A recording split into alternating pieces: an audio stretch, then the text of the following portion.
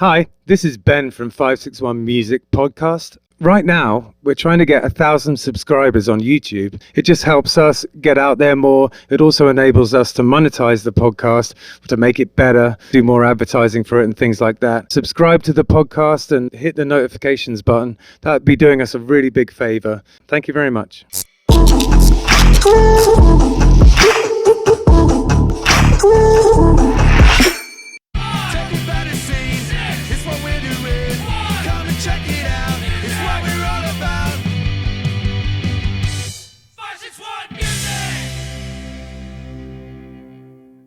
Welcome to 561 Music. My name's Ben. And I'm Hector. And how are you, mate? I'm doing good, man. How you doing?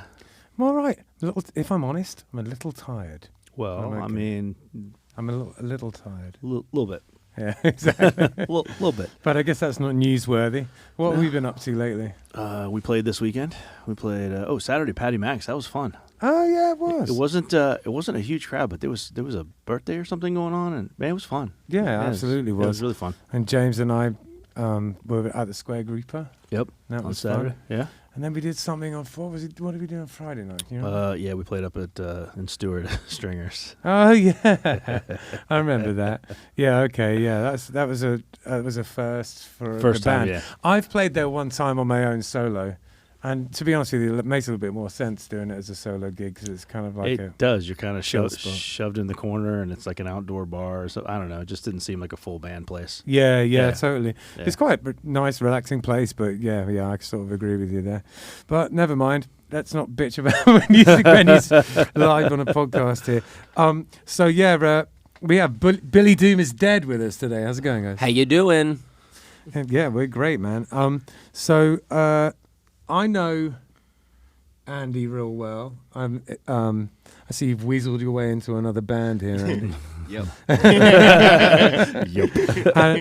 and Kevin too, and Billy. We've crossed paths before, but We have, yes. not yes, a huge yep. amount over the No, years. no. But it's nice to see Thank you. this little power trio, super group situation going on. So much fun. It's very much fun. Very super. Yeah. Now, is it just a trio, or is there anybody else in the band? No, there's a drummer. Yeah, we drummer. Yeah, he can't. There's only 3 seats allowed here, so we had to get We the could 3 have put of him us. back behind the kit there. True. He always gets to sit. So yeah, so we figured do 3 for the interview. It was 4 all day. 4-piece rock and roll band, punk rock and roll, inspired by some of the greatest music you've already heard, and putting our spin and our take on it. Yeah, fantastic. Yeah, it's a lot of fun. Nice. Thank you for having us. Let's do that right away. Thank you for having us. Regardless of what Andy does, thank you for having us. Yeah. Apologize for In advance. Andy in advance. Yeah. So, what we generally do is ask people about their journey through music and how they found themselves getting into it. And the first thing that I always want to know about people is, what was it like when you were young and growing up, and how did your upbringing sort of shape the musician you are today? Like, were your parents supportive of you? Yeah, they were probably too supportive. They're probably way too cool about it. There's a lot of situations where when I got in my 20s and started touring, where they should have told me not to continue on this path and maybe be more responsible with regular life, but they're like, no, this is who you are, this is what you do, you're a crazy person with a guitar yelling your head off. Like, if this is what you are, just be that guy and be the best version of that. But as a child, I mean, right away when I asked for the guitar, I begged for about 1.5 years. I gave them the grades, they got me the guitar, and that was it. I was going to be somebody, and now I'm this guy. Yeah. I was going to be someone and contribute to society, but, I love the way you said, because I also wrote some questions for you for that magazine Livewire that I write for. Thank you for that. And I saw that a quote from your dad was that being a punk rock star is the equivalent of being a wiffle ball champion. Yeah, exactly. So even if you're the best at it, nobody cares about it. No one understands the sport. And it's not very technical, But if you want to be the wiffle ball champion, go at it. So he got me the guitar and the haircut and the Green Day record, and then we started going at it pretty much. That's great. Should have gone the wiffle ball route, man. I'm just saying. Yeah, there's money there, right? Yeah. When did you first get an instrument? I was 9. The first guitar was at 9. 7, I saw Slash on the piano going ham, Elton John performance, and I was like, I have to do this. This guy kind of looks like me. Yeah, and he's having so much fun, and everybody loves him. And then, 2 years of begging began, and they got me the guitar, and that was it. I mean, that was a love affair that has not stopped, you know? Yeah, man. And that's why I recommend to people, it's like, if you love music or if you have any sort of affinity to give it a shot, just do it, you know, even if you're not good at it right away. I'm still not that great at it even still, but I love doing it, and I'm going to keep doing it, you know? Yeah. Because that's the excitement in it. Well, you life's know? about the journey, isn't it? It It's not is. about the arriving. You've No, got to be no. enjoying yourself with what you're doing. Otherwise, what's the point? You know? Exactly. No, I 100% agree. Yeah. And Andy, you've been on here before, but I would love to hear a little bit more from your side of how you got playing music and when you first picked up an instrument. I can't remember what you said last time. Yeah, I think you skipped me. I we started did playing talk guitar about when I was like 12, just learning like Blink-182, Green Day songs, Okay. and now I've finally made it where now I play Blink-182 and Green Day songs in a cover band. Were you talking about arriving someplace? That's how you know you made it, when you can play half Blink, half Green Day in one set, Yeah, there you go. and make Spread the Dub money doing it. Tell us a little bit about that band. It's like a cover band that basically is it just Blink and Green Day that you cover? For now, but we're talking about expanding, but you know, What's the name we're of that? lazy. Pop Disaster, is it? Yeah, Pop Disasters. Yeah. Named after the tour Green Day and Blink did back in 2002. Yeah, man. No, You it's got called up on stage and got Billy's guitar. Yeah, we talked about that in the last, you did, last uh, podcast. I wasn't here for that It's one. the only interesting thing about me. It's your only story. yeah, what about you, Kevin? How did you find yourself playing music? My parents got me involved in, like, they gave me a little keyboard. The same year I got the original Nintendo, and the deal was you can play Nintendo if you take piano lessons. Yeah. And then, so I took piano lessons until, you know, that wasn't cool, and I was like, screw this, I want to give me a guitar or something. Yeah. And my uncle was a musician. He's like, no, man, there's too many guitar players. You look like a bass player. You should play bass. So yeah, I started playing bass at like 7th grade, and then Okay. did jazz band at school, and then Did jazz band, right? yeah, and then little, you know, garage bands, and then Yeah. now Billy Doom is dead. Yeah, man. Screwed And, you out of 2 strings, man. All right, You also moonlight as well. I wouldn't know what to do with them anyway. Two of you guys moonlight as members of Spread the Dub as well. Yep. Was there, Yep. which is cool. We had Spread the Dub on here as one of our first people, but neither are you guys. No. So No, so it's nice to have you on to kind of complete that a little bit. Absolutely. Yeah. When it comes to juggling that, you've got to Spread the Dub and then this. I suppose it's helpful that there's 2 of the members in this band too, because then it's just because I know, you know, from trying to do it with Killbillies and No Name Scar Band, that it was always like a tightrope. But you have to plan everything really far in advance. You know what I I'm mean? big on scheduling, man. We have the Google calendars and stuff, so Yeah. if you can put it in there as far in advance as possible, then we can work around it. And so it's so far it's worked out pretty it's well. pretty Yeah, good. there's all the Google calendars. Yeah. But how many bands, like since we're bringing that up, you're just in the 2 right now? Well, then we have the Moonshiners thing as That's well. right. Yeah, You got that yeah. as well. Yeah, so I'm in those 3. And at you're- one point and you you're were in just the 2, Sierra Billy? Leone a lot. I do so- this one. I do Spread. I play with Dominic Dominic Delaney Delaney, sometimes. right, I yeah. play drums for Jacob Takos and The Connection. Okay. Okay. So I do 4. And Andy, you're in like 16 bands, 16 right? more, yeah. Pop Disasters, Muggles, Straight No Jacket. Name Scott Band, Straight Jacket. Spread the Dub. Eventually, Yeah, eventually, of Hunter's course. wedding is coming up, so don't crack. Cole's busy, Ben's busy. I'm somewhere way down on that list. Listen, I'm trying to help you here, man. I've always thought Spread the Dub needed a mandolin player. Yeah, Dude, for 100%. sure. I mean, I already know the code to the warehouse. So Ukulele, man. Ukulele. That's a good point. That And would then me actually and work. Kevin are gonna have a band, Johnson & Johnson. Yeah, we were thinking about getting matching tattoos on our asses. But Oh, perfect. Push 'em up. Yeah. should we not have said that on the podcast? Was that a secret? We Secret? should Secret? film it live on the next Tattoo- podcast. tattoo of Johnson's. The Johnsons. Yeah, that would I'd probably be our biggest episode if we had you guys Yeah, for tattooing sure. each other's Yeah, butts. on sure. the- Yeah, Live. absolutely. We're like, do I really have to sit there, Andy, naked to see Kevin? I'm actually a little bit gutted, Kevin, because after I sort of rather enjoyable, incredible shirt, one-upmanship on the internet. We neither of us are wearing interesting shirts today. It's pathetic. I don't know what happened. I don't know. I didn't get the memo. Billy told me to dress. He said the leather jacket memo. Oh, there you go. Well, that's a good memo. Yeah, it's a good memo. It's an easy memo, and it works for every room. Andy missed it. I haven't earned mine yet. Billy said once you're in 8 bands, you get the jacket. Yeah, you get the jacket. I mean, it's customary.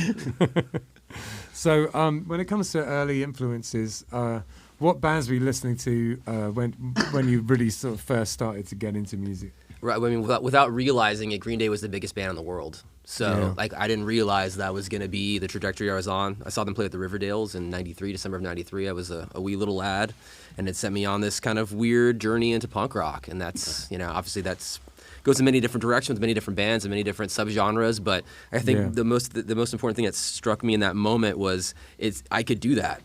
Yeah. So many people say it's like I could do that. There's like 3 of them up there. That's punk rock, right? That's punk rock. Words and like anybody could do it. Yeah. Yeah. And that was to be Jimi Hendrix, man. No, exactly. And it's very liberating in that regard as a young person to be like, wow, okay, these guys don't look that much older than me. I mean, I don't know, they're in their 20s or something, but it seemed like something was attainable, and it was so inspiring that it just seemed like if I don't try it, I mean, that's a miss. Yeah. No, I hear that, and it just like Kevin said, that's the one of the big allures of punk rock is that accessibility and the do-it-yourself side to it and everything. You can just be if you want to be a band, just be one, just go for it. That's it. Yeah. Put your jackets on and start rocking. Right. Yeah, totally. You don't even have to know what you're doing. No, just downstrokes, man. Just downstrokes all day. And I think the other thing that is great about Green Day is how many people got into punk because of them. Yes. And I was just, as you were saying that, I was thinking about that, that Green Day and Blink and stuff, and that whole kind of pop punk sort of push that happened there is responsible for huge amounts of people finding out about what punk is. Exactly. And then, all heading on down their paths into it, Going down that rabbit hole. You start listening to what influenced them, and then you find out like you just trace it back. Yeah. Exactly. It's almost like someone has to take the fall and be the huge band that sort of, apparently that sold out or whatever in order for everyone else to be able to enjoy, to know what punk is even. Yeah, absolutely. Well, the thing is, I mean, those guys, Green Day, Blink, those guys, they made it more mainstream than anything else, at the time. I mean, there was plenty of punk bands, but they made it mainstream. They made it to where the everyday person was listening to punk, whether they knew they were listening. It was to all punk over the or not, radio, on MTV, all that stuff. Classic rock. Punk was a very underground. That's the on the Gator. It's on the Gator. When you turn on the classic rock station and it's everything you were listening to in high school, and you're like, oh damn. Oh, now it's the oldies. Oh yeah. Wait till you start hearing music you listened to when you were younger on the elevator, man. At Whole Foods and shit. Brutal. Man, I find this myself Publix in is an elevator, playing like the the bangers. doctor's office elevator, like humming the song and going, "Oh crap!" I've heard at least 3 different orchestral renditions of "Painted Black" by the Rolling Stones yeah. over the past week. 3 different ones? 3 different ones. Wow. In different shows. That's too many. I know, and at this point with symphony orchestras playing rock, that's going to be probably Green Day songs. Listen. When Mannheim Steamroller starts doing like Nirvana, awesome. I'm out. But that's the thing about elevator music; it has its ups and downs. And the podcast is over. Let's do it. We can edit that, right? Fix it in post. Oh, it's staying. We'll add laughter. There you go. Scooby-Doo studio laughter. So, but what about you, Andy? What were your influences? Honestly, kind of same as Billy. Like 3rd grade, listened to Dookie. Yeah. Didn't even realize that it was punk music, and then pretty much just listened to that for like 5 years, and then discovered Blink, and then pretty much went backwards from there. And then Fat Records and all that stuff. Yeah. All the NoFX bands, and then Yeah. below that. That's awesome. Yeah, I mean, I think all 3 of us are going to say Dookie was like a huge album for us. I remember my mom taking me to get that CD at Barnes and Nobles. Remember Barnes and Nobles? Remember when they sold books in stores? Yeah. They also sold CDs in those stores. Yeah. But it had the parental warning label on it, and she was like, I don't know. And I was like, Ma, if you don't let me get this, all the kids in school, they're going to make fun of me, all right? I have This man. But no, that was a huge album. And for me as a bass player, too, it was like super influential on the fact that, like, the bass lines to those songs are really intricate. You know what I mean? Yeah. You take those away from some of those songs, you take away the whole some song. of the hooks, some of the hooks of those bass Like a lines, song, they're it like was lead like, For me, lines. like realizing the power of that bass sub hook. You know, you don't have to just double what the guitar player is playing. Yep. Like, you can own this shit. You know what I mean? Yeah. for sure. The counter melody is key. No doubt. And as someone who's pretty musically educated, I'd be interested to sort of hear some other people that have really inspired you over the years, Kevin. Like, it doesn't have to, not restricted Right. to like I mean, punk, for me, playing wise, I'm all over the place because I mean, obviously, I play in the reggae ska. So I mean, Family Man from the Wailers and stuff. Like those, again, it comes back to the melodic sub hooks and stuff. Like the power of this song is 90% bass driven. You know, Paul McCartney. You know, the Beatles.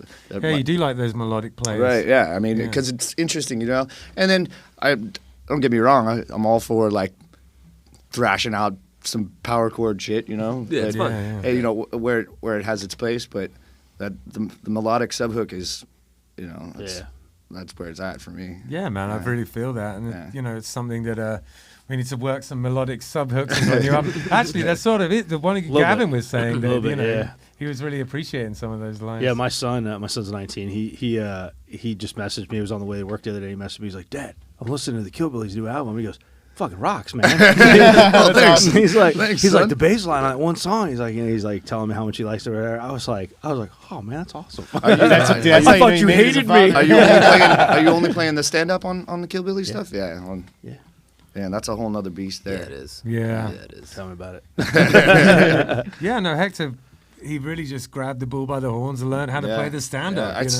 I mean, it's totally a different beast, and as far as technique, and then also carting around. Yeah, we always full say size that, upright to all the gigs, man. We always say that it's not even like the same instrument. It is in theory. It's tuned yeah, the same. in theory, Yeah, but in theory it is. Playing but- it's not. No, the same I mean, at all. we just had a practice the other day, and I didn't. I mean, I had the bass with me, but I didn't feel like carting it in there. Right. And I actually walked into James's house with a small acoustic bass. Halfway through the first song, I put it down. I'm like, I gotta get the other bass, and like it didn't feel right. It just felt awkward. I couldn't even practice. You know? Yeah. Totally. And from then to now, where you're slapping away on the thing like a maniac. I'll tell you what's really awkward though is I mean I've been playing with Killbillies now for a little over 2 years, and I've been playing that stand up for probably 18 to 20 months now, and I haven't really, I would say for probably over a year now, haven't picked up a real bass. Right. Just a regular slab regular bass. And my other band that I'm in with Justin, Euphoria, we just started getting back together and putting some stuff together. Now you got to relearn the. Man, I went back and I spent like 2 weeks practicing the songs and stuff, and then we went to the first practice last week, and it was like, and it went well, but it was just so awkward. I was holding my hands were starting to like cramp up, and so it just felt really different. It's different. It felt it's so it's entirely weird. different technique. Yeah, it is. No doubt about it. But upright bass is killer, man. It sounds good. It is. No, it's fun. It's fun. I do enjoy it. I think that the one thing that has always been the case. There's only been one guy where this wasn't the case who I've played with, but the one thing which is always the case is it takes a minute to dial in. Like in a live gig because it's so resonant. Yeah, it's definitely a hard instrument to amplify live. Yeah, so I feel like especially on those ones where you have to jump up there and play in like 10 minutes can be pretty stressful for Hector, because you never know how it's going to sound. But anyway, getting back to Being Doom is Dead here. It's all good. I love stand-up bass stuff. I know where this is going. I'm a Stray Cats fan. I love it. Let's go. Sick. Stray Cats cover band. I'm just saying. Yeah, no. 100%. I know Andy's in. Oh, definitely. You got a Gretsch, right? You got a Gretsch ready to go? Yeah, 100 does. I'll use his. Even better. So do you guys have a writing process? Like how are these songs getting written? Billy writes and records everything. Yeah, so that's the short answer. Yeah, that's the short answer. So, yeah, so I made this record. Yes, I made this record at home. I have a home studio like everybody in the 21st century, and I had written a whole bunch of songs.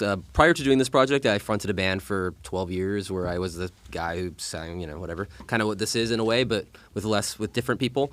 And for me, the process, I write a lot of stuff, and not everybody wants to play all this stuff. So I was like, well, I'm gonna make a record at home. I'm gonna play drums, bass, guitar, sing all of it, and if it's cool, maybe my friends will want to play with me. Yeah. And if we play well and everyone enjoys it, maybe we'll start writing records together. But I was kind of more in the position at the time because with Spread we gig a lot, but between gigging, I mean, there's a lot of downtime, So why wouldn't I be at home making an album? Why wouldn't I just be making as much music as I possibly didn't you have can? to spend some time in a hotel room because Oh yeah, there's hit a there's a story to this. Yeah, so Oh, I I'd went love to yeah hear yeah it. so I went to I forgot about all of that. Thank you so much for that. So quick start out. Woo! Yeah, so I went to Atlanta to go see Susie Moon play at Star Bar with Ravengers and a bunch of really great punk rock bands. And on the way back, I was coming down to play a spread show in Jupiter, and we left at 2 in the morning to try to get back to Jupiter for the next day. And I'm coming over a mountain, and I don't see a deer in the center lane of my RAV4, and I hit this thing hard. Oh, man. I total the car.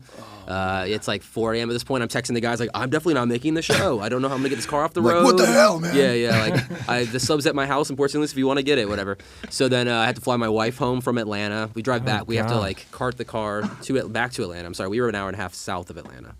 So we had to get the car back to Atlanta so I could fly her home. Wow. And then I had to spend a couple days in a hotel room. So I was like, well, I guess I'm going to finish all those song ideas that I had. Yeah. I have 4 days here. So I grabbed every sheet of paper in the room that wasn't, tacked down to something and a Sharpie marker. And I got this idea. I have my gear with me because I'm supposed to play a spread show. So I have a guitar and a keyboard and whatever. Nice. And I wrote all 10 songs in those 4 days. Well, I tell you what, it's been interesting. I think it's dawned on a lot of people, me especially, the amount of just sort of talent and drive you have. So I hadn't realized quite what a musical tour de force you were. There's all going on. No, I appreciate that. Thank you. It's very nice of you to say. I call him in spread. we call him the Swiss Army knife. Right? It's like, Yeah. what do you need? You need some drums. You need some guitar.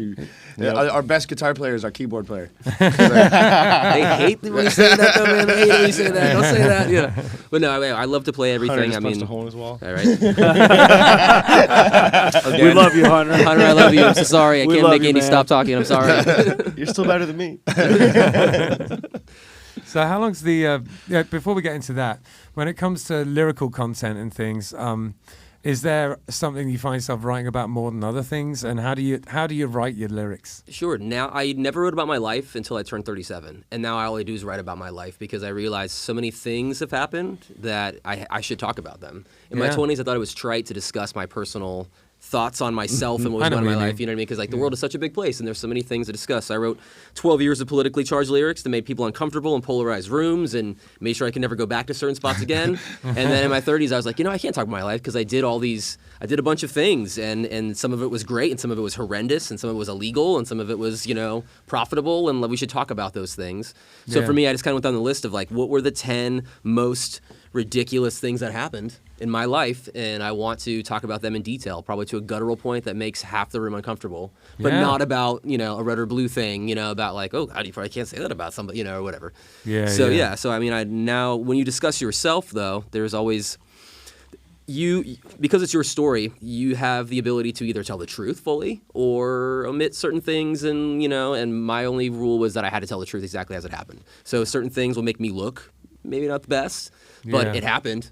And I think it's imperative to, if for making a band called Billy Doom is Dead, which is a whole other, the reason why the band's called what it's called is a whole other thing. Yeah. But it directly ties into why I write the songs the way that I do, because sometimes you make fans, sometimes you make enemies, and sometimes you need to put it out there, And I like to say this album is some kind of redemptive exercising of demons. It really is. It really is. My wife had to listen to this whole thing, and she's like, "Yo, you did that? Wow." Wow. Okay. I married you? Yeah. This is something I should have known prior to all, And some of it you do know, but then, you read the lyric sheet and she's like, that's heavy, You talk about people dropping like flies in your life and going to jail and all kinds of whatever. Well, I love it when stuff is real like that. It makes all the difference. It's, it's the difference between me giving a shit about an album or an artist and not. That's really important to me. That it well, you means feel something. like the album's got some real meat to it, man. Some soul in it, For sure. I think people can sniff out fakeness too. You know what I mean? Yeah. If you try to write a song about something and it's not genuine, it's not going to resonate. The reason, I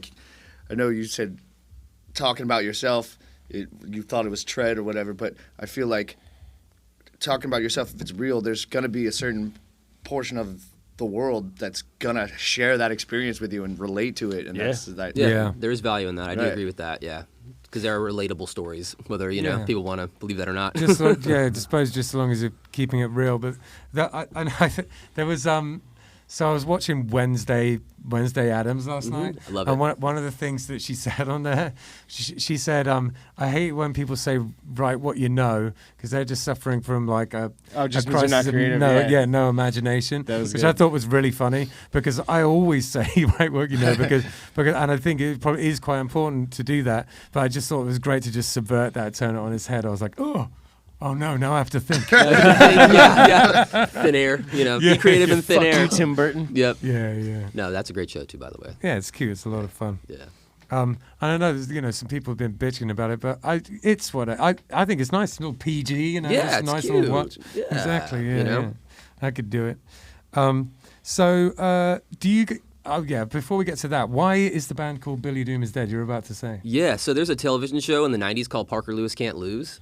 I don't know if anyone's familiar with that show, but Parker Lewis Can't. So I wasn't in America then. okay, fair enough. Probably better off. But it's a show, and he was kind of like a Dennis the Menace type. He could not lose. He would do crazy buck wild things, and people would just love him and accept him the way that he was. And then I received a phone call one day from someone, and they were just like, this Billy Doom character, he's dead. And I was like, ooh, I like that. And I wasn't thinking about starting a band at the time. I was just writing it on things. I had a span of time when I wasn't playing music at all where I would just go graffitiing at night. I just get up at 4 a.m. and wander the streets where I live and just write my name on all kinds of stuff. Sorry, guys, Sure. The legal activities, but it's in there too. Then I was like, well, this should be a band. This looks great on a sticker, Yeah. And then It's that was a kind of solid band name. It's a solid band name, And It some is, people, it is a great band. Thank man. you very much. It's a Thank you great very band. much. Plus, it kind of like connects to your band because like you guys kill Billy. Now he's dead. Yeah. Yeah. There is a joint. There's something there. There's something here. I'm There's hearing something Billy Doom happening. is dead. I'm hearing Yeah. split album idea. Yeah, Is that what it is? That's what it is, yeah. That's awesome. I love that. Do you, when it comes to sort of practicing your instrument, do you sit down and do you ever run scales or do that kind of practice? I do. Yeah, I actually do. I think that you have to, especially in my position where it's my job to front the band. I have to sing the songs well, and I have to engage you physically, and then I also have to hold down a majority of the things so he can shine and sparkle on it. Yeah. Which requires that this right hand has to be on the money, and this left hand has to be on the money. So I definitely make a point to rehearse the scales, like all the lame stuff you're not supposed to, I just drink a fifth of Jack, and I go out there and I rock out. I'm actually that dude that's sober at the shows, and that's what he does. That's what he's the badass It's one. Jameson. Yeah. I switched over to Jameson. My bad. Yeah. So it's game over this guy. That's my job. But so I'm the guy that's running scales before the set. Yeah. I'm making sure that I'm warmed up. I'm making sure that I'm You yelling. gotta be. Recently, maybe it's 'cause I'm getting older. I don't know, but it's like I start playing properly in the second set out of 3. You gotta warm up, man. Yeah, so I'm doing it now. Yeah. There's a few yeah. songs we play right at we don't play the same set all the time, but there's a couple songs here and there that are just they You always should play the same set all the time. It makes it so much easier. That's all we do. Same song, same order. Yep. We got it down to a T. Yep. well, we have a few songs that we play towards the beginning or whatever, second, third song or whatever, and I could see they're really fast songs, Right. and I could see he's Struggling with it? It's not even really struggling, but I could see he's just I need to warm up before I do warmed these. up, yeah. I mean- James started doing a couple, I don't know, maybe 3-4 shows ago. We were out of town, and we were at this Airbnb, and he was messing around with the stand-up bass before we went out to the festival to play. So he had the stand-up bass, and he's playing. Then we got to the festival. He gets off stage, and he goes, "Holy crap!" He goes, that stand-up bass neck is like a 2x4. Dude. He goes, "I need to do that every time." He goes, "I ran that banjo like it was a it makes you feel toothpick." like He's like, "I Yeah, ran yeah, it yeah. so Absolutely. fast." Yeah, It's like so- going from an acoustic, then grabbing your electric, and you're like, shit. yeah, for Flying. sure. Yeah, they use those giant practice swords, like what Knights did, didn't they? Yeah. Like 2 weight heavy 'em. swords. Well, it's like the baseball players. You put the weights on it, you Yeah. swing it, then it's Yeah. lighter when you Yeah. get up to hit. Yeah, I wonder if there's any real truth to that. We'll have to find out. We need a control group. We gotta have some other people do it. Yeah, you guys start doing surveys. Yeah, exactly. Yeah, I'm not busy enough. I just, Yeah, right. I just do a load of surveys for no reason. That's definitely going to happen. Andy's in 29 bands. We'll just do 37 podcasts. How have you found the Florida music scene when it comes to this band being received, and how do you feel that? Do you feel it's been inviting? Yes. I feel like people love the thing because it's just its own thing. I mean, you guys know we've only played one show, right? Yeah. People are talking about Well, it. I guess the reason I brought that up is because I think we got the wrong band. Yeah. no, No, the reason I brought that up is because I saw just how much everyone freaked out about that show, you know? It was like, it just seemed like it's just all over social media, and everyone was making such a big fuss, and it's just great, you know? Well, that's part of, I mean, this is all Billy's brainchild, you know what I mean? And I think Andy nailed it when he said to me, he's like, it's like all the bands that we've been in before have led us to being in this band, so we know what works and what doesn't, so we kind of just trimming the fat, and we're like, this is what you got to do, this is what you got to do, and you know, like even when it comes to just like, hey, dress up for the podcast, you know what I mean? Because people eat with their eyes as well too, you know what I mean? So it's all a deliberate, like. And there's a lot to eat over there. You know? I got a carving knife out for that one. You know? But that's what I was telling. Fat joke, man? No, what? It was just Thanksgiving, bro. I know. In America, it was just Thanksgiving. You're in the bad seat too, man. With these wide-angle cameras, you and I are gonna look like we're an extra 100 pounds. Man. I know why they put me here. It's just so you. Exactly. There you go. There you go. Exactly. There you go. Flow for show. Yeah, that's what I was telling. I was telling Billy that before the show that we were playing a gig, and then I got up the next morning, and it was the morning after you guys played that gig at Matthews. Got up the next morning, and it's like every musician I knew that was off that night that had gone to your show and was posting like, "Oh, what a great band! This is amazing! Well, this energy or whatever." And then I immediately text Ben, and I'm like, "We gotta get these guys on here." And then I messaged Andy, and I'm like, "Hey, you're in that band, aren't you?" You didn't even know. You just took a shot in the dark. You're like, chances are. The odds are in my favor. He's in the band. No, I didn't even see him online. I was just like, Andy, I'm surely you're in that band. So. No, but that goes like, Billy had the lyric teaser videos up, and like he has a strategy for releasing stuff. You know, he doesn't. Like, we're not just dumping the whole album. Yeah. Could you tell us about this strategy you have? Yes, I think so. I kind of see the whole thing before it happens. I don't write songs with instruments in my hand ever. So I've visualized the entire song, and then I put the chords to whatever I'm visualizing. I see the photo of what we look like and where we are when we take the photo, and then I sit on the drum set and I play the song, and then you build the bear, so you make the song, and then you create the visual, and then in terms of showing it to the people you want to show it to, I think it's all about just making it to where you're pinpointing exactly what you want them to see, because you might only have a minute. Yeah. You might only have 15 seconds. You might get 5.5. I mean, people's attention spans are so brief like with all 30 this. seconds, I think. You know what I mean? You know what I mean? So a reel is about the accurate amount of time that you have to really display what you're doing. So in my mind, I'm thinking, well, if I only have 30 seconds to showcase what I want to do, I'm going to try to make it the best 30 seconds I possibly. I'm using that as a fictitious amount of time, but it can be whatever you want. In my mind, though, I try to imagine, even down to the point, I can't control the medium that you're seeing it in, but if I could, this is how I would do it, that kind of thing. Right. So we try to meticulously think about every step along the way. How many songs are on the record? Why there are that many songs? What kind of subject matter we're touching upon? How long the songs are? If it's over 3.5 minutes, I don't really care. Yeah, I'm over it. I mean, not to say there aren't great songs that are 20 minutes long. I love Mars Volta. I don't write those songs. Yeah, I don't. It's neither just not do for me. I, honestly. Well, for a punk band, it doesn't. Yeah, it doesn't even. You know what I mean? It's not even a thing. If it's getting towards 3.5 minutes, when I've written a song, I'm starting to think, oh God, what we got to cut out of this, you know? Yeah, I guess there's something to be. Or I'll use it for no name. I guess the only reason some of the no-name songs were longer is because they had that obligatory dub bit in them. Oh, yeah, right. Every song. If you took that bit out, then they're like 3 minutes, 3.5 minutes. We need those parts when you're playing 3-hour shows. It's like, hey, stretch this one out a little bit. We're running out of material. Third verse and halftime, dub it out. Well, pretty much at 120 BPM, if you go a little bit of an intro, verse, chorus, bridge, double chorus, that's 3.5 minutes. That's it. That's it. Just be on the calendar right there.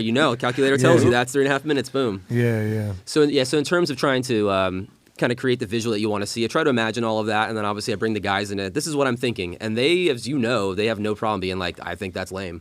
Right. Or no, if that's what you think, well, maybe we should take it in that direction. And that's what really helps me kind of finish the product before it's even a product. And I hate using the term product, but I mean, eventually when someone consumes whatever they're going to see, they're going to visualize. It is a product. I mean, they're going to see it in such a way. Not to say that any of it's fake, because I would be wearing this jacket if I was here at Publix or doing this podcast or whatever. Sure. But in terms of packaging the band, I think it's integral that bands think about how they want to be seen. Yeah. No, you're absolutely right. And after years and years of not having anyone really taking care of that end of things, having our social media person Danielle just take really great pictures of us and be thinking about it a lot more, and also having Hector on board, who's a graphic artist, and and having them both in the band thinking about that a lot of the time, it's made a huge difference. Our Instagram and our Facebook and all that is like legit now, and it looks great. And it's just from Danielle just really attention to detail and being consistent, you know, Yeah. it's so That's the important. hardest thing. Yeah, she's That's the just hardest thing. Consistency. constantly. That's the She's hardest just thing. creating creating content, you know? Yeah, she's putting out content like all Well, the how time. you do anything is how you do everything, right? So I mean, like you're gonna want. I mean, for me personally, if I'm looking at a band and I go to their Instagram and it looks like shit, you're like, are these guys legit? You know Are what I they mean? like even real? Yeah. Or if you walk on, if as musicians, you walk in, somebody's playing, you walk up, you see their gear. If they got some like shoddy gear, you're like, or they're playing in like cargo shorts and flip flops. They got like a neon like jack lead or something. Yeah. I'm already. Like, you're gonna have to be really good to win me over. You know what I Yeah, mean? I'm not yeah. saying you can't, but you're starting from behind the 8 ball right there. Or you they know got what I like mean? that full stack at like a tiny bar. Yeah, yeah. Oh, yeah. And it's like On a two. crate, not even It's like, two. you're not even getting a proper tone out of that. Totally. Those big old rusty like full stack crate. When you see someone with that, yeah, it's Dude, when you see that, you're bad like, scene. what are you thinking? I'm gonna really insult someone saying that someone's sitting on it right now. Yeah, listening they're to the like, podcast. this is who I am. Come on, how dare you? He's asleep inside. That's awesome. Just sleep inside of it. So I don't really know what your sort of history is with all this stuff, but it's one of the questions I ask on here just because a few years ago I stopped drinking. It's quite an important thing to me is how do you navigate the thorny world of booze and drugs when it comes to music and gigs and stuff like that? That's been the biggest problem of my entire life. Right. I wrote a record about it, you know? So, so understanding how to not let the lifestyle that you think you should be leading create the lifestyle you actually are leading, if that makes any sense, you know? So for me, I mean, I used to be the biggest party animal ever. I would get up at 9 a.m. and just drink all day through the show, pass out whenever, get up, do it all over again. I would tour like that, tour internationally like that, which is super dangerous. You know? And then I had a wake-up call, and I was like, yo, I could probably get a lot more done if I just didn't spend every single moment at the bar when I wasn't playing a show, or if I wasn't spending every single dollar I had, you know, that wasn't paying bills at the bar. So for me now, doing this band happened because I stopped drinking for 2 months. Essentially, like it really happened because I was like, I'm not going to drink for like 2 months and see what I can get done. And it turns out a lot. Yeah, it turns out there's so much. Yeah, really, like it's just. I mean, beer is delicious, but it is you know it can definitely get a grip on you, and it can definitely make you make decisions or help you make poor decisions. You know that necessarily you wouldn't make if you were a sober guy. I know, right? Yeah, but it's not saying anything because I do have a beer now occasionally. We're having fun, like I can do that. But my thing for me personally, because I've played a lot of really bomb shows that weren't great, and I was aware in that moment to know like this is not going well. But I'm up here for another 40 minutes. I have to make the best of it with 4 other guys around me being like, dude, you should not be up here right now. You know? So those moments happened enough to where I was like, maybe I could be okay at this or better at this, or it could be my life if I just figure out how to manage it all. So it's been a trial and error process, you know, but shows are getting booked. Totally. There's definitely got to be a balance to it. Yeah, you know there what I has to be mean? a balance. My whole thing is like, hey, when the work is done, then you can celebrate, you know? But first things first, if this starts to get in the way of actually doing your job and stuff, then maybe, like Billy said, maybe it's time to put that in check, you know? Oh, absolutely. And that's what I had to do because it got in the way of it. And it wasn't serving you. Exactly. Well, if it's not serving you, then what's the point, you know? Exactly, yeah. And then after about 6 months of being really weird and not being able to look people in the eye, being super awkward, you know, finally settled down. That's the hardest part. That's why I wear sunglasses at night, man. It can get weird. It can, yeah. So, I don't know if we already touched on this, but I can't remember. But I wanted to just ask when it came to recording it. Are you recording it in where did you record the single that's out, and where are you recording everything? Sure. So I do everything at home aside from the things I do at Raincat Recordings in Stewart. So Raincat, okay. Yeah. So Raincat are my homeboys. I've known them for a very long time. I lived in Stewart for a while, so that's how I know them. But I do my drums at home. I have a nice drum room. I like recording drums at home because drums, you know, you can make mistakes and no one's, you know, you can figure things out. And obviously, as everyone knows, It's cheaper, man. It's way cheaper. It's way cheaper, and you can experiment. You can try stuff out. If I want to layer snares, whatever I want to do, I can try it, and the band can tell me if it's terrible later on, and it costs me nothing to do that. You know. Yeah, that's cool. You have a drum room. So one thing I'm missing at home, I've got a great room for recording, and I've managed to dial it in, and I can hear. You know when you're finally used to the room, and so you know when you mix something in there and you take it out of there, what it's going to sound like. You know what I mean? Yes. It takes a while to get there with the room, but I think I'm finally there with that. But I don't have a drum room, and that sucks. But so you know. But then the thing is, I work at this beautiful place, LMC, which is a studio. Yeah, it's like, so it doesn't matter. It's a drum room. What do you mean? What It's do a you mean drum room. you don't have a drum room? We're sitting in the drum room. This is great. Yeah. I wish I had that. That's great. Yeah, exactly. So ultimately, my thing at home is just sort of a glorified, it's just a glorified office, and this right here, LMC, is a studio, so there's nothing to worry about. Yeah, nothing to worry about. You can do your pre-production, you can hash out your ideas at your place, and then when you bring it in here and finalize it, No, exactly. Absolutely. Yeah, so in terms of that, like I do all the drums at home. I do the bass tracking at home. I'll DI everything. I have an amp rig, obviously, that I can play through, but I'll bring a DI to the studio. So I'll do what I think sounds cool in my room, because it might be okay in my room, but it might not be okay in everybody else's room. So I'll capture my DI through an amp mic'd up, and then I'll bring the raw DI with me with guitars as well. So I'll track guitars at home, mic those cabinets with multiple mics, so I have options when I bring it to the studio. Bring them a DI, which was also helpful too, because a lot of this stuff got reamped. What I did at home and thought would work for the arrangements did not work out when you started stacking it all up.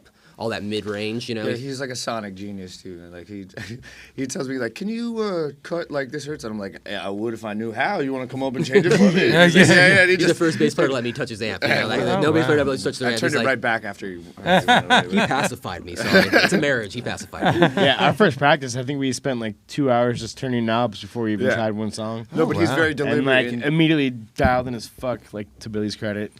It's so much of it. So when I'm writing songs, I'm already thinking not only necessarily about the instruments themselves, but the space they occupy within the spectrum. Sure. So if you're playing a JCM 900 combo with a Les Paul Jr. with a certain amount of effect, it sounds like this. It sits in a mix. You should write a part that fits in that mix. Yeah.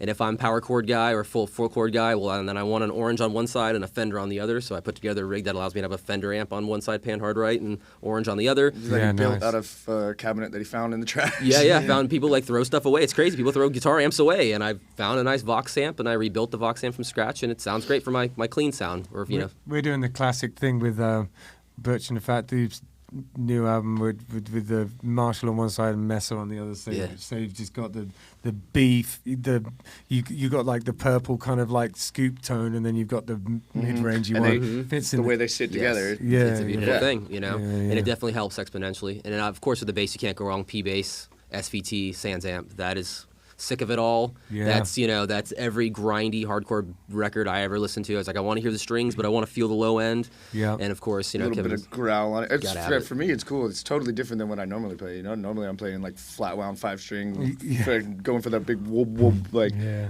And then he's like, no. He's like, I don't want none of that. He's like, get a P bass and a pick and play like. Beat this instrument to death if you could, please. It's cool. Stand up. It's cool with me. Play stand up with a pick. Wow. Wait, do you? Wow. No. What? That's Andy wild. says, do you? Is that an option? It might be. I don't know if anyone ever even has done that. I use a pick for my youth. It'd have to be a pick the size of my phone. Right? Yeah, right. Well, I'm really. You curious. might be onto something there, dude. It's like a mouse pad. I'm really. I think this would be a good moment, seeing as we talked about all of the production that's been going on, to listen to something that you've done. Sound Sure. good? Yeah. All right, let's do that.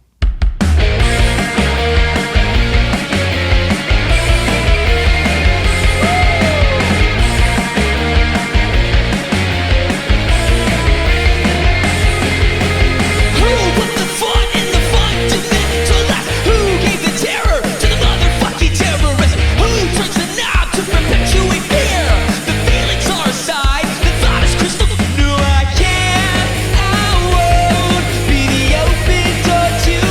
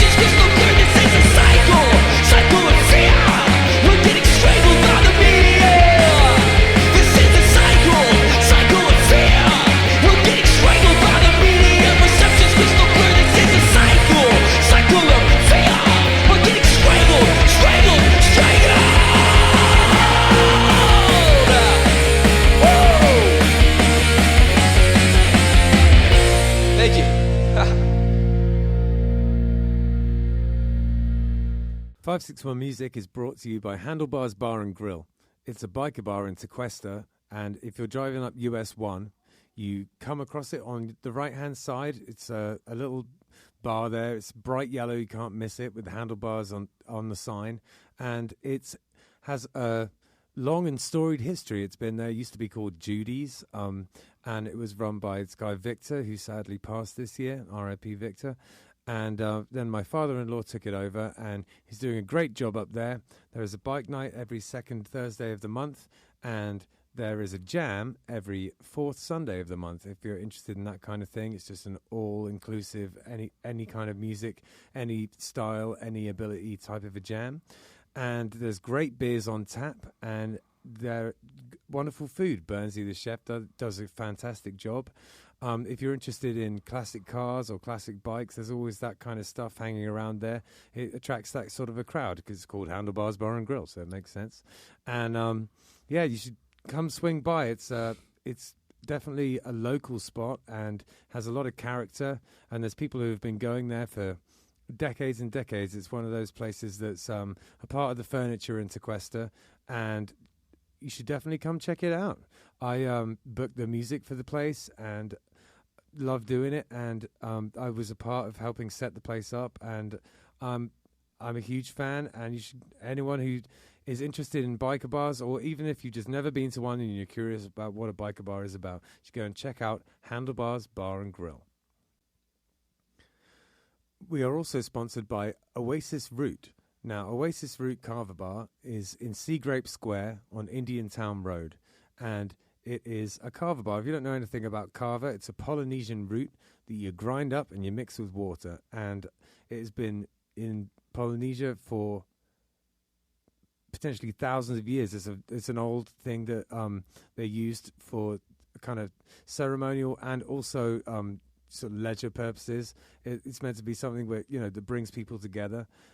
You will take a shell of kava and chink them together and say bula and have it together like that. It's meant to be something to bring people together. It's has a kind of an effect, which is, I guess, a kind of a slightly warming effect. It just kind of makes you feel nice. It's not particularly intoxicating. It's not like drinking alcohol. So the atmosphere in a kava bar is sort of like a cross between a regular bar and a coffee house. It's pretty chill in there. You get all sorts of different types of kava bars. Some of them are more like a club, there's sort of like blacklight and EDM playing, and some of them are more like a cafe. This is one of the cafe type of ones. It's super chill in there. If you're looking for somewhere to, I don't know, maybe go and do some work on your laptop or go and have a chat with friends, it's perfect for that kind of thing. There's a foosball table in there if that's your jam, or baby-foot as they call it in France. And yeah, Jim, the owner, is a really cool guy, and he has very kindly sponsored our podcast. So thank you very, very much for that, Jim. They also do a poker night in there, all sorts of things going on at Oasis Rd Kava Bar. 561 Music is sponsored by Live Music Community. It's where we film the podcast that you're listening to right now, and it's also where I work. Gavin, Hector's son, was a student here for a long time, and in many ways he's the musician he is today because of the teachers at Live Music Community. We taught him not only about his instrument, but also about being in a band, and his band, Unemployed Youth, accomplished a lot of goals, mostly band etiquette, how to work together, and all of the nitty-gritty that goes into being in a band on a day-to-day basis. The student signs up for lessons, learns their instrument, joins a real band, and decides the direction it goes in. And we can take people from very young age, 6 or 7 years old, all the way up to 80. There's no age limit here. We run an adult program for people who want to be in a band as adults, but really the main focus is on the kids and getting them playing together and in bands. We are also a studio, a live stream venue, and we can record audio or video. The Killbillies live album, Warts and All, was recorded here. It was recorded during a live stream that we did during COVID. Justin had a great idea to record live streams during COVID. A ton of bands came in, and it was a real success. But outside of that, we can record albums, we can help you with your EPK, and we have full audio-visual capabilities here. LMC is in Palm Beach Gardens on the northwest corner of Military Trail and North Lake Boulevard. It's north of the gas station, right before you get to North Lake on Military Trail. And if you go to livemusiccommunity.com, you have all the information you'll need right there. Thanks. So seeing as we were just listening to an ad about LMC, which is where we're sitting right now, at Live Music Community here, do you have any advice for upcoming musicians by any chance? Yes, absolutely.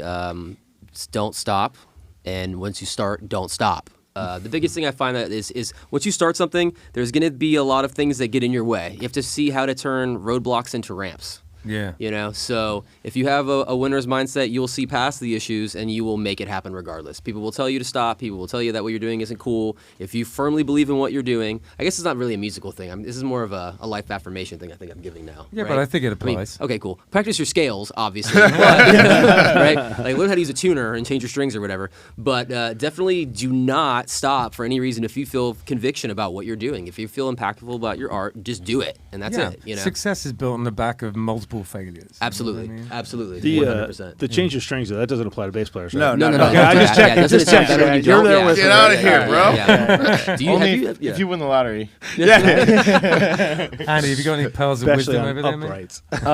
Yeah. Like, if you ask me to join your band, I'll do it. Yes. No, also, like, being in band, it's like, being a good musician is one thing, but also not getting butthurt, not having an ego, being easy to be around, showing up on time, our bad. I drove from Fort Lauderdale, man. Come on. Yeah, that's fair. And then I had to pick him up, too.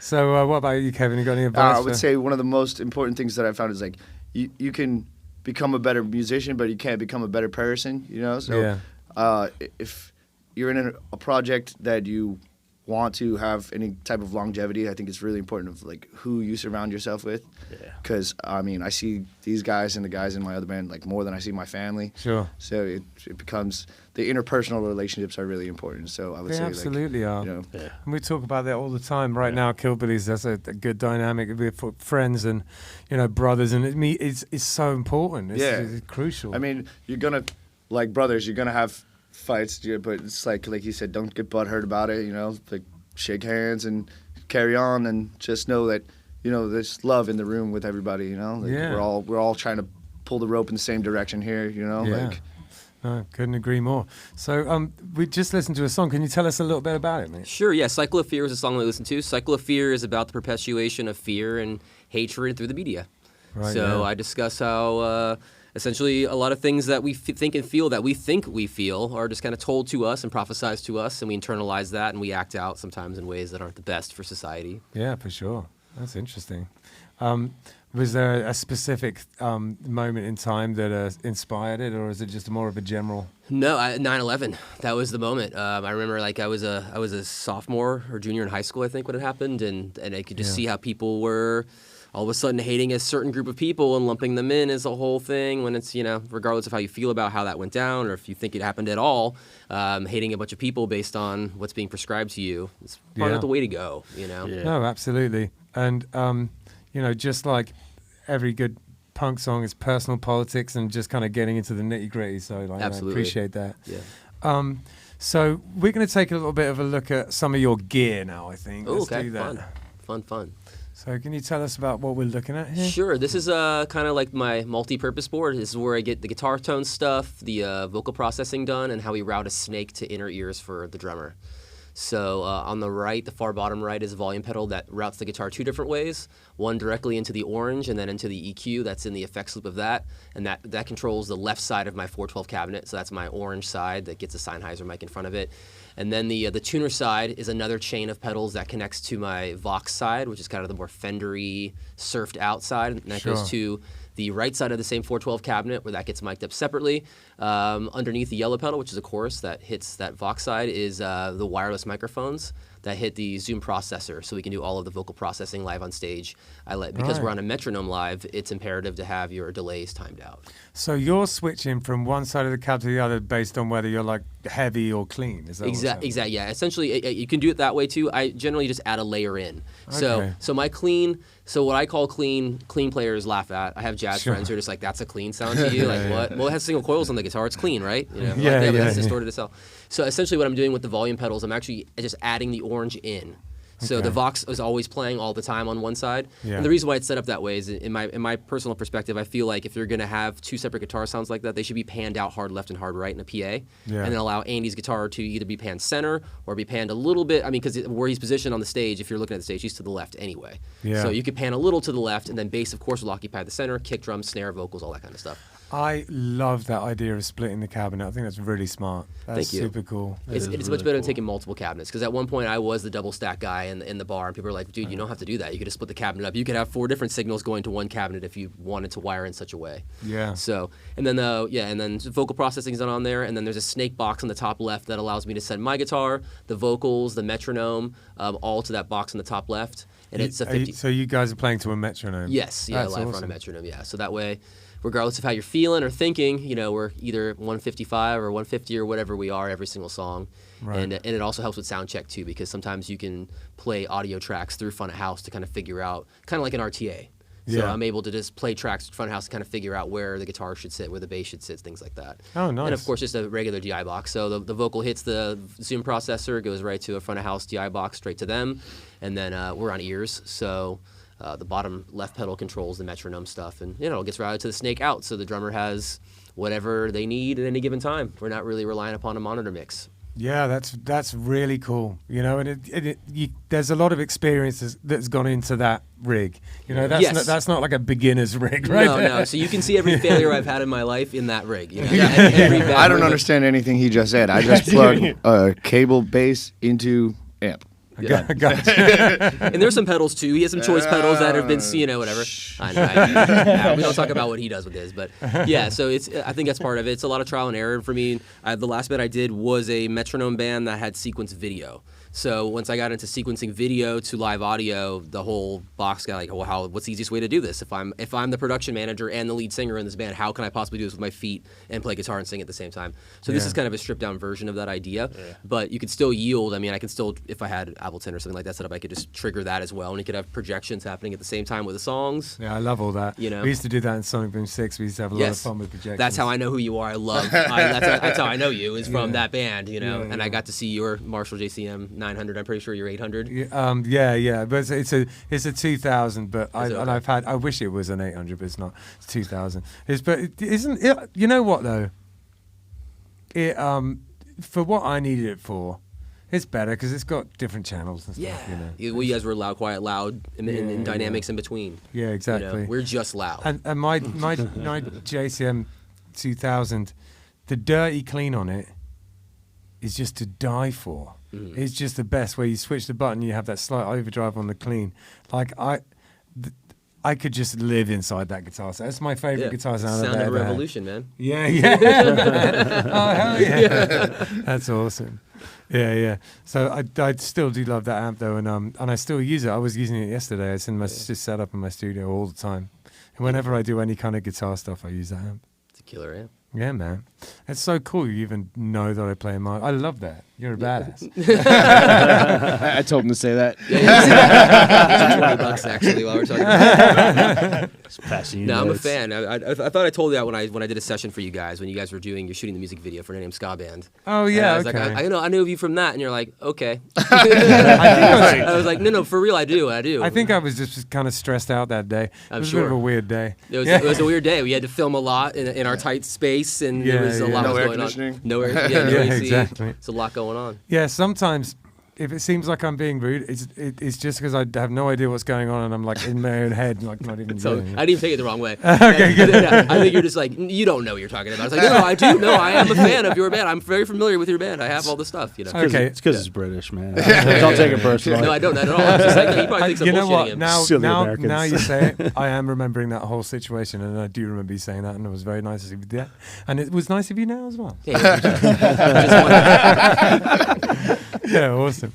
So, what's coming next for you guys? So we have December off to reconfigure the live show, and January starts a run of shows. So we have our first show back January 10th at Prop, and then we have 4 days on the road in Florida doing a mini run to kind of slowly calibrate the engine, make sure that we all work well together and and obviously not long drives. But as you guys are band dudes. It's all about that chemistry, figuring out, you're right. Yeah, the first story makes or breaks is this going to be a band or not? That's what it's all about. Like, can we hang? Exactly. That's the thing. If you guys could sit in a car for 8 hours together or something, that's huge. Yeah, you're unbreakable then at that point. You know right? what I mean? Yeah, exactly. So the best way, in my opinion, to do it is to do it in small bursts. Let that build slowly. 4 days, 8 days, 12 days. Back in the day, I'd be like, hey, we're going on tour 25 days. Let's do a full U.S. in one shot. And then halfway through, people are flying home or taking buses home, and you're trying to replace people and you figure out how to split amps because your bass player's gone, and now you have to figure out how to make a bass sound happen. That's how I learned how to do all this stuff, was from the error, not the trial. Right, yeah. So that's neat, though. The splitting the amp like that is something that I'm just going to mess around with a ton now at home. I'm just going to, because, I've got a whole bunch of different things and sort of, amp sim pedals and stuff like that. And so I'm just going to experiment with it, just using 2 speakers for one, 2 speakers for the other. It's such a good idea. Never thought about doing that ever before. It's cool. It's cool. It's way better than taking 2 412s. Yeah. Because I was doing it that way for a long time, and everyone was hating. They're just not cool about it. Take it to the Viper, and they're like, you roll, and they're like, you don't want this in here. I was like, no, I have to. Back in the day when I was on tour with other bands, we would do a thing where if someone would let me use their other amp, I'd just go into mine, and then I'd just have another amp at the other side of the stage, use theirs too. It was always nice if there was someone with a Mesa then, because I'd have the Marshall and the Mesa. We used to do that occasionally. Yeah, that's the sound. That's the sound, Yeah, totally. But all right, it's been so nice for you to come in and do the podcast. You're a brand new band with an incredibly bright future, and I really, really hope the best for you guys. I hope Thank it you all so works much. out. Thank you. Thank you for having us. And I think you just seem like you're doing everything right from the get-go, which is a difficult thing to do and an impressive thing to do. So just if you can keep this up, then bright things in your future, I think. Thank you very much. Thanks, man. Thank you so much. Thanks a lot for having us. Yes, guys. man. Yeah, Appreciate wicked. Andy, we'll see you next week with the next band. Absolutely. Every time is Kill Blues practice. On the uke. So if you go on our website, there is a button there where you can donate to the cause, isn't there? Can you tell us a little bit about that? Yeah, website is 561 Music. You can follow us there. You can go to all our socials there, which is at 561 Music Podcast on all our socials. You can donate to the podcast. You can become a sponsor of the podcast. You can listen to the podcast. You can jump from there and go to the YouTube page.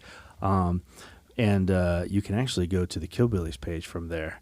And on the Killbillies page, you can pre-order the vinyl for the new album. You can do that. Shameless plug. You can do that. And seeing as we're here and talking about it, and if somehow you didn't see the ad that's going to be right at the beginning of this episode,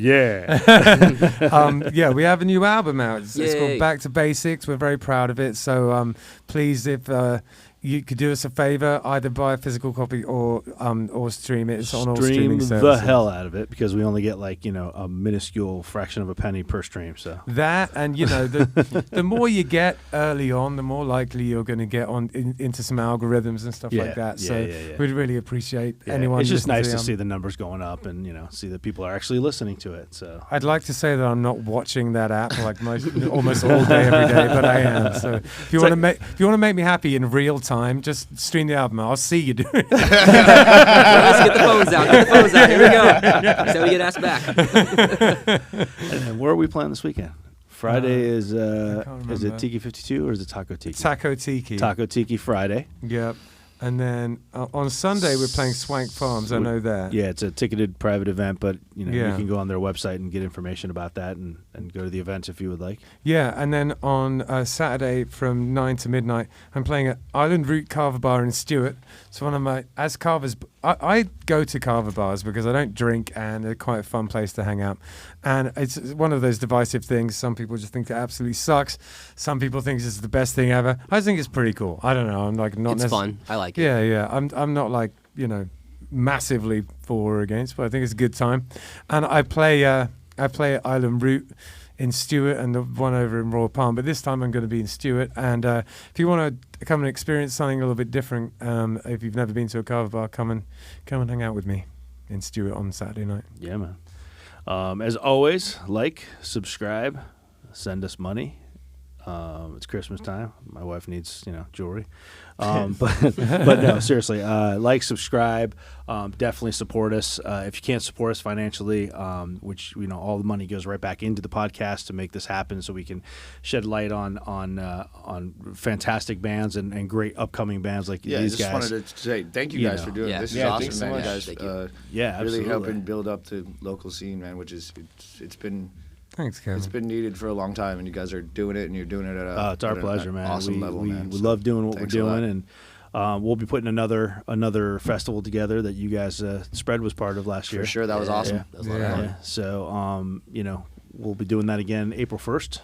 Yeah. At Matthews Brewing. So we'll be getting in touch with you guys about that. Maybe we could get some Billy Doom's Dead action on it. Confirmed. That's Confirmed. That's the day of I'm gonna guess. I'm gonna guess. No matter what the lineup is, though, that Andy will be at the festival.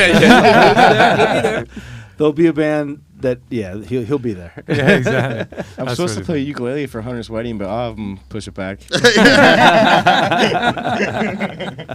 Nice. My dude. Well, So it's guys, fun having you on, Andy. You're such a funny bastard. It really shines here. He really does.